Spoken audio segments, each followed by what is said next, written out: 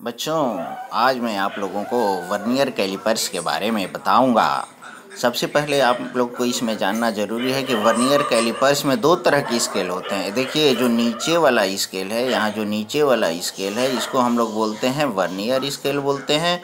जो ऊपर वाला स्केल है, ये जो बड़े वाले स्केल में है, इसको हम लोग बोलते हैं मेन स्केल बोलते हैं।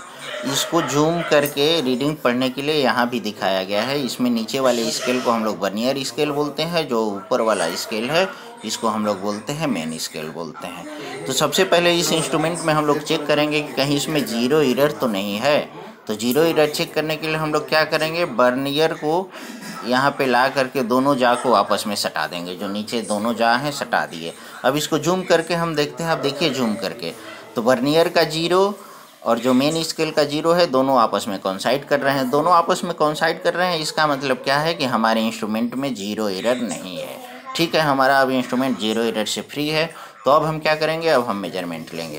तो मेजरमेंट लेने के लिए क्या करेंगे, हम सबसे पहले एक ऑब्जेक्ट को सिलेक्ट करते हैं। इसमें मान लिया मैंने सिलेंडर को यहाँ पे सिलेक्ट किया। सिलेंडर पे अगर हम क्लिक करेंगे तो सिलेक्ट हो जाएगा।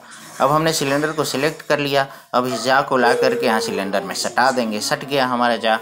अब क्या करेंगे, अब हम रीडिंग पढ़ेंगे। तो यहाँ पे रीडिंग आप पढ़िए, तो देखिए कितना रीडिंग है। रीडिंग है जो वर्नियर का पहला पॉइंट है, वर्नियर का जो नीचे वाला वर्नियर स्केल है, वो देखिए मेन स्केल के 2.6 से जस्ट थोड़ा सा आगे है। तो जो हमारा मेन स्केल का रीडिंग है 2.6 होगा, क्योंकि वर्नियर का जो पहला वाला लाइन जो होता है वो मेन स्केल के जिस पॉइंट से आगे अगल बगल में हो, तो उसको हम लोग क्या मानेंगे, उसको मेन स्केल की रीडिंग मानेंगे। तो इसमें मेन स्केल की रीडिंग 2.6 हो गई। अब हम देखेंगे कि वर्नियर का कौन सा डिवीजन है जो मेन स्केल के डिवीजन से डायरेक्टली कोइंसाइड कर रहा है। तो इसके बाद हम लोग देख रहे हैं कि जो वर्नियर का तीसरा डिवीजन है वो मेन स्केल के डिवीजन से, देखिए वर्नियर का जो तीसरा स्केल है वो मेन स्केल से डायरेक्टली कोइंसाइड कर रहा है। जो वर्नियर का तीसरा स्केल है और मेन स्केल का दोनों एक सीध में है। तो ये क्या हुआ, वर्नियर स्केल की रीडिंग हो गई 3 हो गई। अब लीस्ट काउंट में वर्नियर स्केल के जितने डिवीजन हैं उनको मल्टीप्लाई कर देंगे। तो लिस्ट काउंट 0.01 सेंटीमीटर है, यहाँ लिस्ट काउंट 0.01 सेंटीमीटर है दिया हुआ है। इसमें 3 डिवीजन का मल्टीप्लाई कर देंगे तो 0.03 हो जाएगा। अब उसमें क्या होगा, मेन स्केल की जो रीडिंग जो 2.6 है उसको जोड़ देंगे, तो वैल्यू कितनी हो गई, 2.63 सेंटीमीटर हो गई।